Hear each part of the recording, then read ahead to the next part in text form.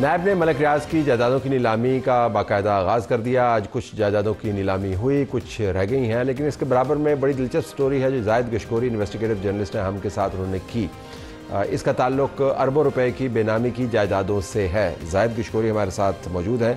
زاہد، آپ پہلے تو بتائیں عوام کی سہولت کے لیے کہ آپ کی سٹوری ہے کیا، اور یہ بے نامی کی جائیدادیں کتنے ان کی مالیت ہے، اور ان کا کیا تعلق ہے ملک ریاض کے جو کارہائے نمایاں ہیں ان سے؟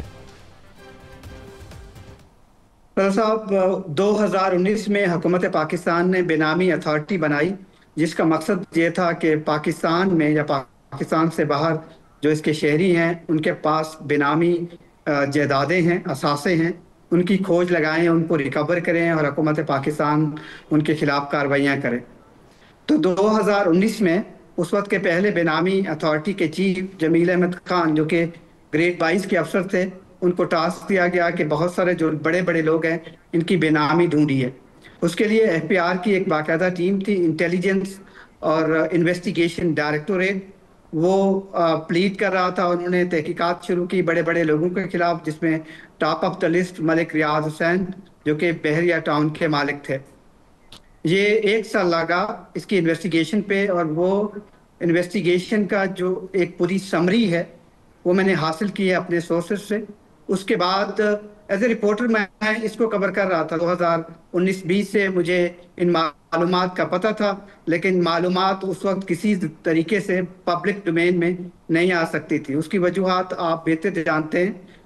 تو جب میرے پاس یہ ڈاکومنٹ اب آیا تو میں نے پچھلے 24 گھنٹے میں اس کی اتھینٹسٹی چیک کرنے کی کوشش کی کہ یہ اتھینٹک ڈاکومنٹ ہے۔ معلومات تو مجھے پہلے ہی پتہ تھی، تو وہ جب مجھے کنفرمیشن آ گئی through high profile sources, multi prong sources میں نے استعمال کیے، اور ریفرنس بنانے والا، انویسٹیگیشن کرنے والی کی جو مختلف شخصیات تھیں ان سے میں نے یہ کنفرمیشن لی۔ تو ہمیں کیا پتہ چلا؟ میں آیا کہ دستاویز ہمیں کیا بتا رہی ہے؟ دستاویز ہمیں کیا بتا رہی ہے؟ دستاویز جو ہمیں یہ بتا رہی ہیں کہ 232 ارب روپے کی بے نامی کیش اس وقت انویسٹیگیشن اور انٹیلیجنس ڈائریکٹوریٹ کو پتہ چلا کہ بحریہ ٹاؤن کے پاس ہے۔ اس کے علاوہ 61,000 سے زائد کنال زمین ہے جو کہ 70 سے زائد بے نامی لوگوں کے نام ہے، جس کی مالیت 35 ارب روپے ہے۔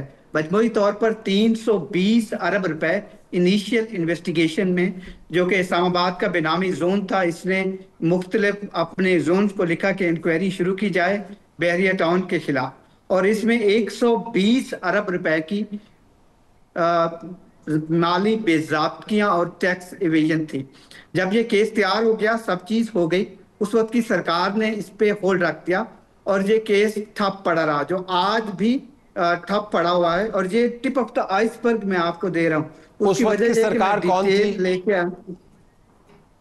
اس وقت کی سرکار کون تھی؟ اس وقت کی سرکار عمران خان کی حکومت تھی، اور حفیظ شیخ اور شہزاد اکبر، اور اس کے علاوہ بیوروکریٹس ہیں جو سرونگ ٹاپ بیوروکریٹس ہیں۔ میں ان کے نام 1-2 کے لے دیتا ہوں کیونکہ انہوں نے مجھے اجازت دی ہے۔ تو پہلے جو بے نامی سرکار نے یہ چیزیں تیار کی، اس وقت کے جمیل احمد خان کو اس ٹاسک سے روک دیا گیا، اور بشیر اللہ خان مروت انٹیلیجنس اینڈ انویسٹیگیشن ڈائریکٹوریٹ کے سربراہ تھے۔ تو ان کو اس پیشرفت سے ان سے کہا گیا کہ ایکشن کوئی چیز نہیں لینی ہے، جس کی وجہ سے یہ پہلا ٹپ آف دا آئس۔ اور کس نے روکا؟ زاہد، کیا واضح ہوتا ہے دستاویز سے کہ کس نے روکا ان کو؟ دستاویزات میں، کیونکہ دستاویزات محدود ہیں میرے پاس، اس میں یہ لکھا ہوا نہیں ہے کہ کس نے روکا، لیکن میں اتھارٹی سے آپ کو بتا سکتا ہوں ایز اے رپورٹر، اور ان سورسز سے اور ان افسران سے بات کر کے۔ اور میں چاہوں گا ان میں سے آپ کسی کو آن دا ریکارڈ بھی لے کے آئیں، وہ ریٹائر ہو چکے ہیں 2 آدمی، وہ آنا چاہیں گے۔ ان کا یہ بتانا ہے کہ سرکار نے روک دیا کہ اس کیس پہ مزید کام نہیں کرنا ہے۔ نہیں، سرکار نے کیا؟ پرائم منسٹر ہاؤس نے روک دیا، پرنسپل سیکرٹری نے روک دیا، ان کی اپنے شعبے کے کسی اور شخص نے روک دیا، کسی انٹیلیجنس والے نے روک دیا، جنرل باجوہ نے روک دیا، جنرل فیض نے روک دیا، کس نے روک دیا؟ دیکھیے، ظاہر ہے سرکار کا مقصد ہے، اس وقت کے وزیر اعظم نے کہا ہے کہ اس پہ بات نہیں کرنی، اور یہ اس وقت کا دورانیہ ہے۔ اگر آپ اس کو لاک کریں ایز اے رپورٹر 2019 سے 2021 کا، یہ وہ دورانیہ ہے۔ اور یہ جو ریفرنس اور انویسٹیگیشن تیار ہوئی تھی، یہ جولائی 27 2020 کو جو خط ہے، جو انویسٹیگیشنز ہیں، جس میں تمام پراپرٹیز بتائی گئی ہیں، اور یہ اس وقت 190 ملین پاؤنڈ کا کیس بھی پیرالل چل رہا تھا، یعنی کہ آنے والا تھا، پاپ اپ ہو چکا تھا، اس کو یو کے اتھارٹیز انویسٹیگیٹ کر رہی تھی، اور پاکستان کی حکومت نے ملک ریاض کو اور این سی اے کو انگیج کیا ہوا تھا۔ تو یہ ایک فورم پہ یہ پہلا ٹاسک تھا جو سارا کام مکمل کر کے دے دیا گیا حکومت کو، وزیر اعظم کو۔ میں نے کوشش کی ہے کہ میں پوچھوں، کیونکہ آپ کوئی اس پہ تیار نہیں ہے بات کرنے کو۔ اس وقت کے جو سربراہ تھے جو اس یونٹ کے، یا پھر جو بینامی پراپرٹیز کے سربراہ تھے، ان سے میری بات ہوئی ہے۔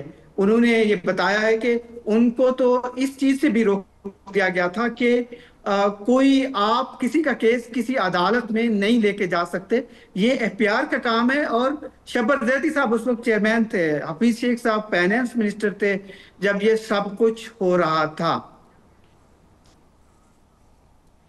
بالکل آخر میں یہ بتائیے گا، اب تو یہ معلومات موجود ہیں، جو وہ لوگ ہیں جنہوں نے تحقیقات کی، بینامیاں تو اب بھی موجود ہوں گی، تو اب ان معلومات کے اوپر کیا کوئی ایکشن ہونے والا ہے، ہو سکتا ہے؟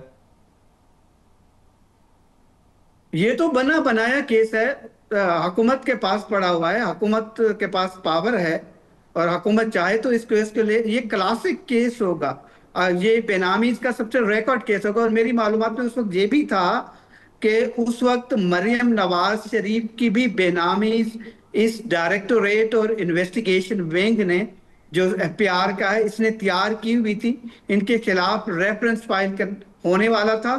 اور بشیر اللہ خان مروت اس وقت اس کے ہیڈ تھے، اور وہ وزیر اعظم کے 2 بار ملے تھے، اور اعظم خان اس وقت پرنسپل سیکریٹری تھے، ان سے بھی ان کی ملاقاتیں ہوئی تھی۔ تو سارا فوکس مریم نواز اور دوسرے جو ان کے سیاسی اپوزیشن میں لوگ تھے ان کے خلاف تھا، اس وجہ سے یہ سارا فوکس انویسٹیگیشن کا اور بینامیز کا اس طرف چلا گیا۔ اور جو یہ انویسٹیگیشن جو کہ پیاز حسین ایک بڑے بہترین افسر اس بینامی زون اسلام آباد کے تھے، انہوں نے یہ ساری تحقیقات کی اور یہ ایک ریفرنس بنایا جو ایف پی آر نے ہی فائل کرنا تھا۔ اور جو بینامی اتھارٹی تھی وہ ایک ثالثی کی پوزیشن رکھتی ہے، جس کے رولز میں تبدیلی کی گئی بعد میں، اور بعد میں جمیل احمد خان کو چھوڑنا پڑا کیونکہ ان پر بہت پریشر تھا، اور وہ چھوڑ کے چلے گئے اس بینامی اتھارٹی کو۔ زاہد بہت شکریہ آپ کا، آپ نے ہمیں جوائن کیا۔ یہ ہیں احوال مملکت، اجازت چاہتے ہیں، اللہ حافظ۔